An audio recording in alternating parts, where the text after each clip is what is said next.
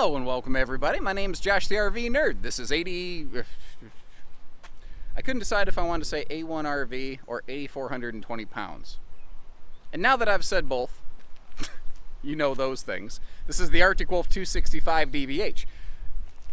It is a awesome, compact little family model. It is something that isn't like a 40-foot, 35-foot giant mega scary fifth wheel.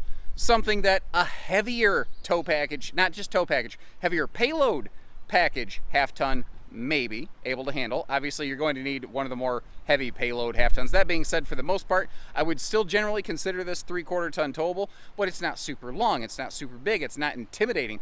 And I'll tell you what, there's a couple of hidden little gem features in this, including, just sickening amount of storage space in the kitchen that you just don't see coming.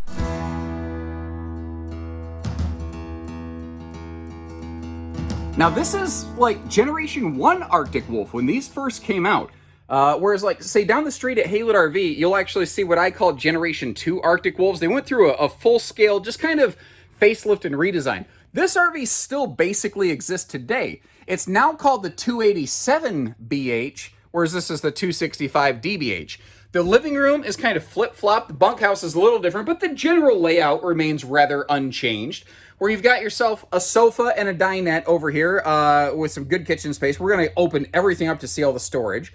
That is a trifold sleeper sofa, by the way, and just all kinds of big windows everywhere. But notice you have those night roller shades if you want to blot the sun out. Now, if you're not a fan of the Coors Labatt blue light, you can always turn that off right there. And again, inside and outside, a lot of eye appeal here. That is a residential refrigerator, by the way.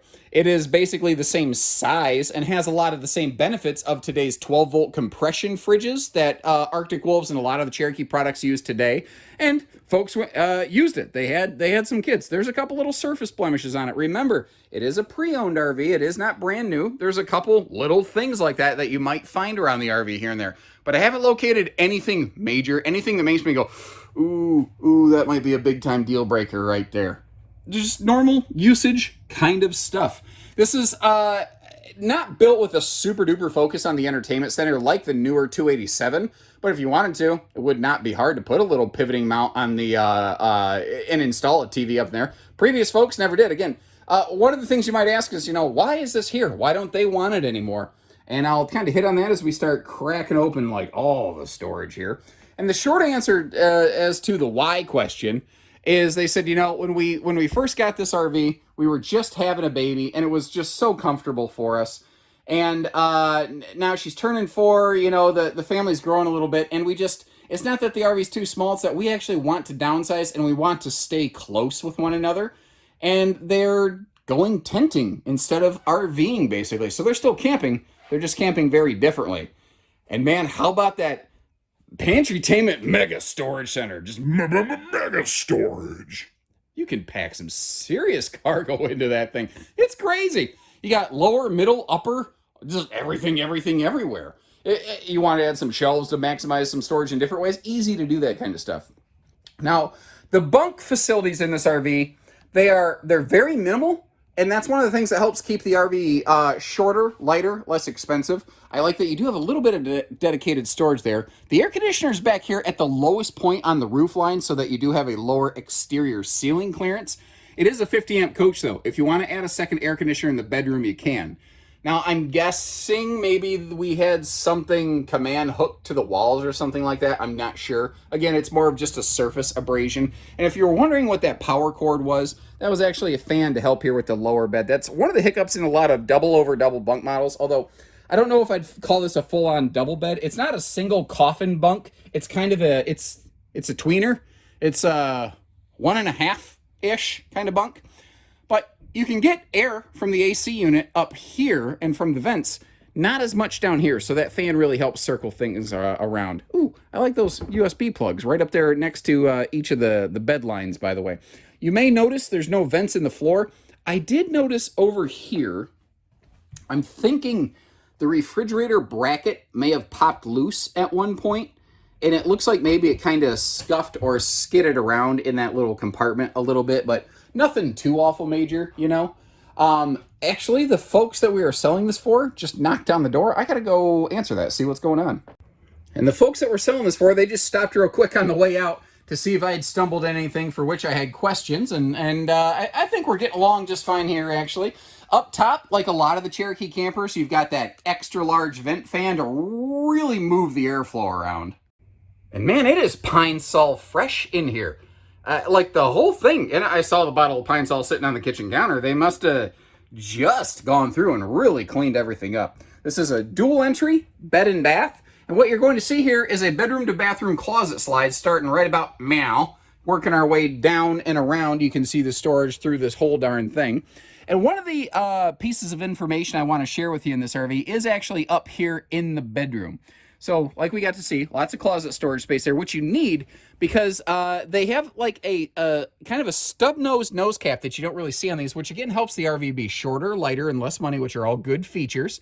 It doesn't have side hanging closets, but with all of the dresser and hanging storage over here, I don't know that you need them in an RV this size. That's arguable, of course. Remember, this is 50 amp service, so if you want to upgrade to a second air, she is prepped and ready. We can get you quotes on stuff like that. The one thing that the owner did fill me in on here, I noticed, again, this was made to be like a little shorter and more compact. This is a 60 by 80 queen, and you see it comes right up to the door. Now, you can kind of scoot past it a little bit, but you don't always necessarily have to. If you look above the bed, there's another switch. That's not the bed closet slide. That's actually the power bed itself will like slide upwards, kind of almost like an adjustable base sleep number bed or something like that. But I noticed when I pushed the button, it didn't do anything. So I asked the owners about that real quick. And what I appreciated from these folks is that they were just very forthcoming and straightforward about everything. I did not get any sort of like, we're trying to hide something from you, since he said, no, I let the guy inside know that so he could put it on his notes so that we could make sure the next person buying this would know about it. He said, basically, we always had a little bit of trouble with the power bed base on this. Our first trip was down to Florida and actually got stuck in the up position. And he did some Google and he did some YouTube, and there's a way to reset it. They put it down, they left it down. When I hit the button, I see the lights flicker real quick, like it's trying to send power to the motor, and then it just doesn't necessarily do anything. So maybe it just needs to be reset. Maybe there's something else. Long story short, I think the best way to approach this is that it's just a compact, shorter, used RV with a bedroom that has a true queen bed and some good storage and just not a lot of room to walk around it. And there's nothing wrong with that. Like, it's sort of like an escalator. They don't necessarily like break down, they just sort of become stairs, although that's not technically true. You actually can break an escalator, but so it's not, it's a metaphor, okay. Now if we close the slide here, give you a look in road mode, this one has decent, not full access. Like, we can get up here into the master bedroom. As we pivot around, obviously the bathroom is easy enough to reach without, needing to worry about slide outs. You can get to the toilet, the sink, the shower. The bathroom remains perfectly functional, a little smaller, but functional. There's our entry door for reference. And you can get through, if you need to stop and make a sandwich or something like that, you can pass through this one with the slide fully retracted. Really, the only thing you can't do is you can't get back there to those bunks without opening up the slide out. So if you do need to make an overnight sleep stop, you'll just want to plan your parking situation accordingly. And man, I'll tell you what, I don't care what generation it is, because this is like generation 1 Arctic Wolf here. They have always had the curb appeal. Good gravy. They have they've always had a very bold, defined, good look about them. That is an anti-slam entry door, by the way. This was made before everything in its brother had stable steps. That being said, I don't see any reason why this wouldn't be capable of a stable step upfit, if that's something you're looking for. The baggage door opens sideways so that you don't like leave it open and kind of block that window right there. It does mean that I got to kind of hold on to it a little bit so the wind doesn't whack me on the head. What you're going to see is the folks left a bunch of extras in here, because again, they said we're going the opposite way of everyone else. Everyone else is going to these big RVs. We're getting rid of the RV and we're going to go into a tent. They got this when they first had their child. It was very comfortable for them. But as the kids grew up, they decided they wanted to just be kind of down to earth, a little bit more basic about things. I respect that. I think there's some value in that. I think there's good lessons to be learned by kids who are out there tent camping, rough camping, rustic camping, up front here, this is where can be very short bed friendly, because as if you activate it anyway, a pivoting pin box. Right now it's in fixed pin box mode, but if you have like a 6.5 foot bed, there's no reason you should necessarily need a slider hitch if you choose to activate that into pivoting mode. Or if you've got a long bed, you just don't have to worry about it. Now, if you got one of those shorter than short box 5.5 foot beds, you're definitely going to need some kind of specialty hitching here. Now, I'm walking right by them, and I get some requests to look at these now and then, so I'm going to take just a slow pass across the weights and measures stickers and things like that. Feel free to pause the video if you need some extra time to review these. I don't want to spend like 10 minutes just staring at stickers. I also put pictures of these stickers in our listing on our website, just to give you a reference point. And you can always see via the link that I leave you in the video description if this RV is available and what the owners are asking for it at any given point. And we do that so that at your leisure and at your discretion, you can check those things. And if the folks drop pricing, you can always see that updated price on our website, where if it's built into this video, you wouldn't necessarily have the ability to do that. You may have seen how this is automatic leveling. You saw the auto leveling controls down there. And this has a extended season package to get you out camping earlier into spring and later into fall. Now, I try to find potential areas of concern if I can locate them. I haven't really seen anything other than it looks like maybe like they were pulling into a gas station or something. And that little bracket that's kind of a jihad down there and the bumper looked like they got kissed on the ground a little bit. I'm guessing it was a situation where when they were pulling into a campsite or a gas station or what have you, the ground just was super steep as they were pulling in, and unfortunately that happened. But it does look like it was just a surface level bump. There was no sort of structural integrity damage as a result. That's a big awning. Holy cow. Like, it's not the world's biggest fifth wheel, but that's gotta be like a 18, 20 foot awning. Holy crap, that's sweet. It covers the entry door very cleanly, so even on a drizzly day, which it's starting to move in here, which is why I'm trying to move a little more quickly. I got some rain clouds coming in, and when you live in the Midwest, people say, oh, it smells or feels like rain's coming. It sounds weird.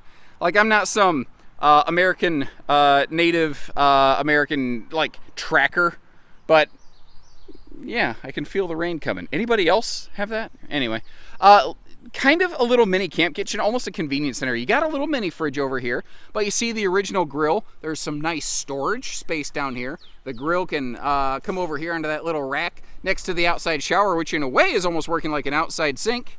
And down below, we got ourselves the propane cooker hooker, brother. So when you're ready, give us a call. We're family owned and operated. We'd love the chance to work with you. Hitching, pieces, parts, trades, finance, whatever you need, we'll get you camping, man. So take care, stay safe, have fun, and have an A1 day, everyone.